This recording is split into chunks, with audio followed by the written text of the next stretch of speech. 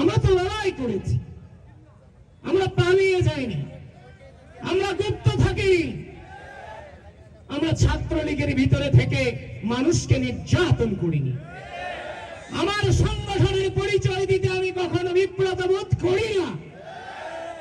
যে সংগঠনের নামে রাখলে বলে ট্যাগিং করা হয় এবং যে সংগঠনটি বিগত দীর্ঘ দুঃশাসনে ছাত্রলীগের মধ্য থেকে, আওয়ামী লীগের মধ্য থেকে এই বাংলাদেশে নৈরাজ্য সৃষ্টি করেছে এবং 5 আগস্ট পরবর্তী সময়ে এই জুলাই গণঅভ্যুত্থানের রক্তের উপর দাঁড়িয়ে যারা ঐক্যকে বিনষ্ট করেছে, সেই জামাত এবং শিবিরের সকল ধরনের সন্ত্রাসী কর্মকাণ্ডকে 12 তারিখ বাংলাদেশের মানুষ লাল কার্ড দেখাবে।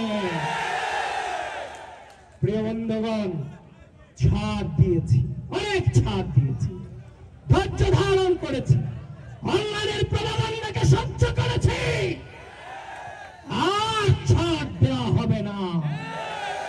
অত সহজ না। বাংলাদেশের মাটিতে থেকে রাজনীতি করেছি, আরে ভাই রাজনীতিবিদ হিসেবে তৈরি হয়েছি।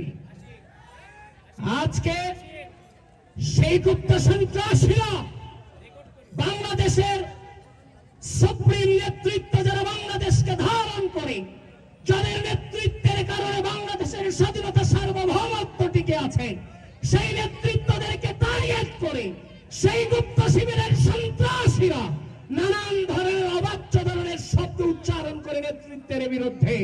আমি তাদেরকে বলতে চাই, আপনারা বাংলাদেশের পক্ষে কথা বলেন, আরে ভাই আপনারা তো বাংলাদেশের স্বাধীনতাকেই স্বীকার করেন না, বাংলাদেশের সার্বভৌমত্বকে স্বীকার করেন না, বাংলাদেশপন্থী রাজনীতি আপনার করেন না, বাংলাদেশপন্থী রাজনীতি করেন না, আবার বলেন আপনি বাংলাদেশের ভালো চান। যদি বাংলাদেশের ভালো চান, আগে বাংলাদেশের মাটিতে মিশে রাজনীতিটা শিখেন। গুপ্তচর বৃত্তি আর রাজনীতি এক নয়। প্রিয় বন্ধুগণ, রাষ্ট্র চালাবেন তো নাকি? আরে ভাই কথা বলতে হবে, রাষ্ট্র চালাবেন?